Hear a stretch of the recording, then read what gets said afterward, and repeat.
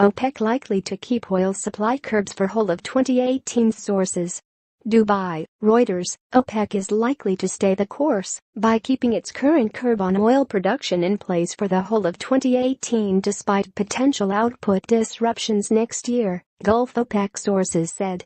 The Organization of the Petroleum Exporting Countries, plus Russia and 9 other producers, have cut overall output by about 1.8 million bpd since January.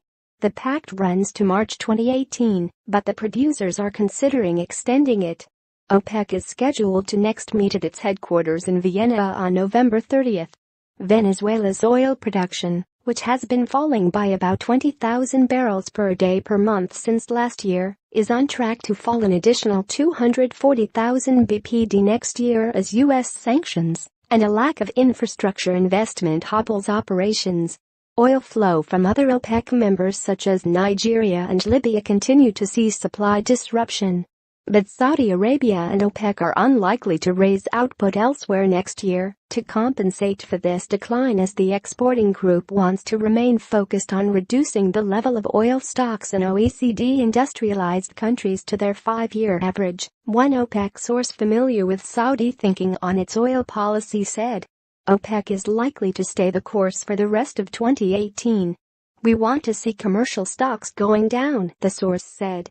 Another OPEC source said there was a high risk of a supply drop from Venezuela next year, but that does not necessarily mean that OPEC will raise output elsewhere to make up for the decline.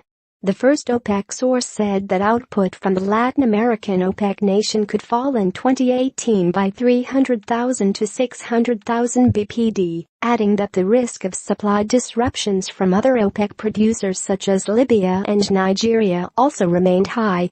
The feeling in OPEC is that $60 a barrel should be the floor for oil prices next year, the first source said. The market has been concerned that once the supply cut deal comes to an end, producers will increase supplies again, causing prices to fall.